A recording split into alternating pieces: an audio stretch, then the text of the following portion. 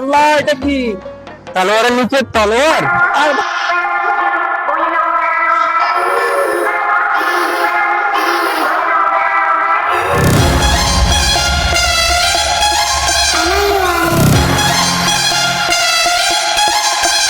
সাদিয়া, তুমি কি বিবাহিত? ঘর থেকে ছেলে দেখতেছে। আসলে আমি বিয়ে করছি 5 বছর হচ্ছে, কিন্তু বৈবাহিক সম্পর্ক আমার তেমন একটা ভালো যাচ্ছে না। যেমন ধরো, সারাদিন চাকরি করে বাসায় যাওয়ার পর বউয়ের ক্যাচ ক্যাচ ক্যাচ ক্যাচ, এগুলো না আমার একদমই ভালো লাগে না। ও আচ্ছা। সাদিয়া, তোমাকে না আমি যদি বিয়ের আগে পেতাম, তোমাকে বিয়ে করে ফেলতাম। আসলে আমি তোমাকে যেদিন প্রথম দেখেছি, তোমার চোখের মায়া করে গিয়েছিলাম। আমি না তোমাকে ভালোবেসে ফেলেছি, আমাকে ফিরিয়ে দিও না। মানে পরকীয়া? না, পরকীয়া না। আসলে দেখো, আমরা শুধু একজন আরেকজনের সাথে শুধু টাইম পাস করবো, ঘোরাঘুরি করবো, জাস্ট এতটুকু। প্লিজ না করো না।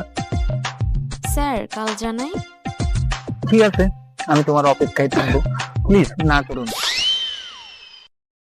সাদিয়া, জানো, কালকে তোমাকে দেখার পর আমার একটু ঘুম হয়নি। তুমি কি মানুষ নাকি পড়ি? যা কি যে বলেন না। জানো, আমার হার্টের প্রবলেম। কিসের জন্য জানো? না জানি না তো বলেন।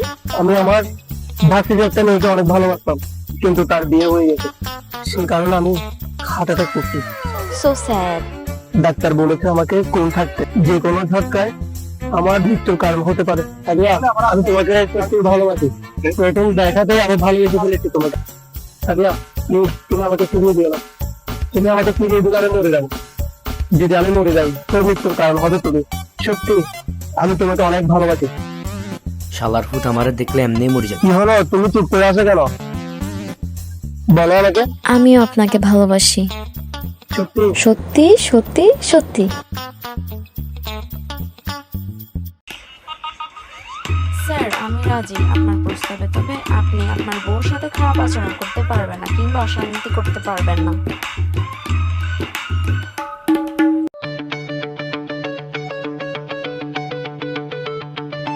মনে হলে তোর কথা ছেড়ে দি সবই, ঘুমুড়ে গেছে মন সে তো কবে।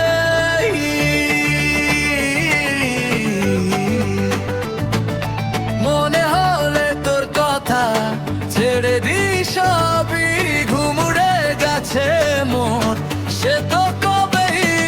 তোর তোরে মনের টেলিফোনে যে বাজে রিং রিং রা রা রা রিং।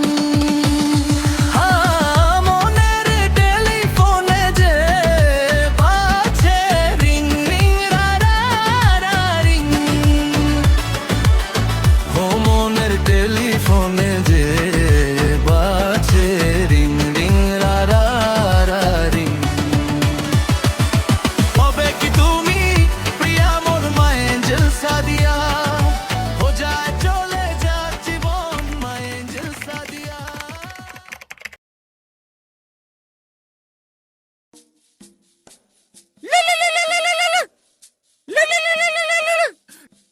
আমি এখন দূরে আছি, আসতেছি বাবা দাঁড়া।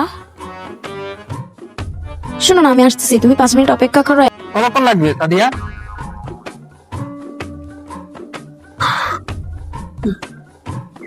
আসছো তাহলে? হাফিয়ে গেছে গেলে তুমি, কি হয়েছে? এত ইমার্জেন্সি ভাবে কেন ডাকলে?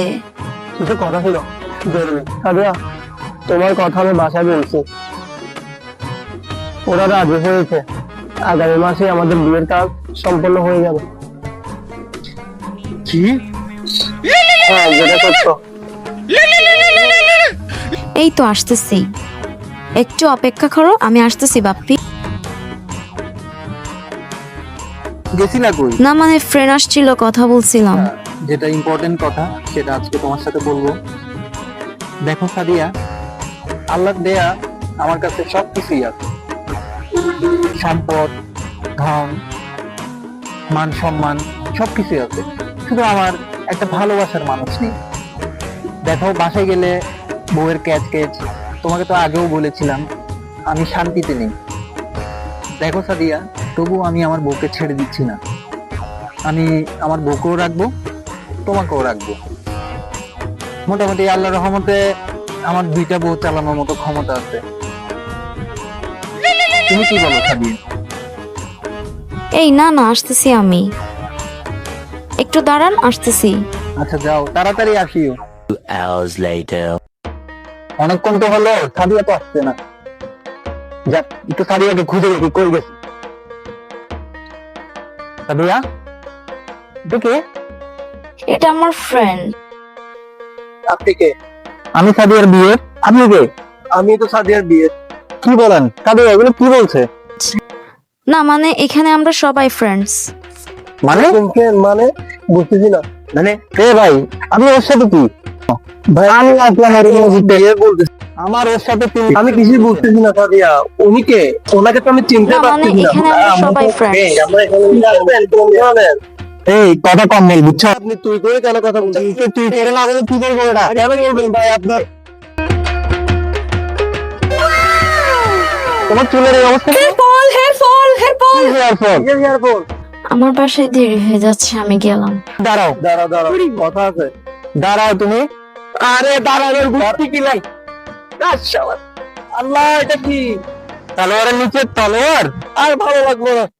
এই তখন থেকে রাগেরই এখানে এখানে কতক্ষণ, এখানে কতক্ষণ, এখানে কতক্ষণ, আর ভালো লাগতেছে না। এসে যে তুমি আমাদেরকে বোকা বানালে। দেখেন, আমাকে আপনারা ভুল বুঝবেন। চুপ বেমান, তুই আমাদের ইমোশন নিয়ে খেললি। আপনারা আমাকে ভুল বুঝছেন। চুপ, তোকে আমি অনেক ভালোবাসছিলাম, তুই কোনো বেরোতে বেড়া হয়ে গেলি। দেখেন, আগে আমার কথাটা বুঝেন, আগে আমার কথাটা শুনে তারপর ডিসাইড করবেন যে আমি আসলে কি সঠিক নাকি ভুল ছিলাম। বেকার বাদাইম্মা কোথাকার। এই, তোর বয়স হয়েছে, এখনো সময় আছে, নিজে ইনকাম কর, বিয়া শাদী কর, সংসারীও। আর কয়দিন পরে বুঝা হয়ে যাবি গা। আরেকটা কথা জানাই দিতেছি, তোর ভাই যেই টাকা পাঠায় ওই টাকা থেকে 1 পয়সাও তোর পিছনে খরচ করুম না। তুই নিজে খাবি, নিজে চলবি, বাস। এমনকি আমি তোর রাইন্দাও খাওয়াবো না।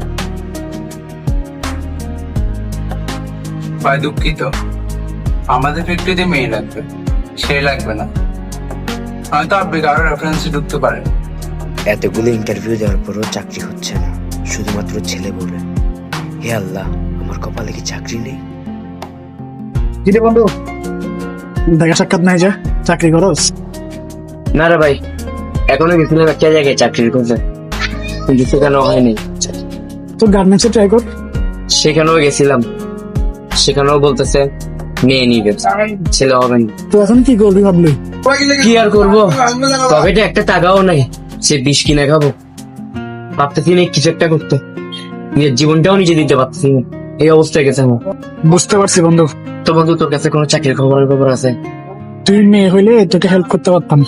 বেড়া, আজীবন খালি এসব মেয়ে সব করে করবি, মেয়েদেরই হেল্প করবি, বন্ধুদের হেল্প করবি না, শুধু মেয়ে করবি।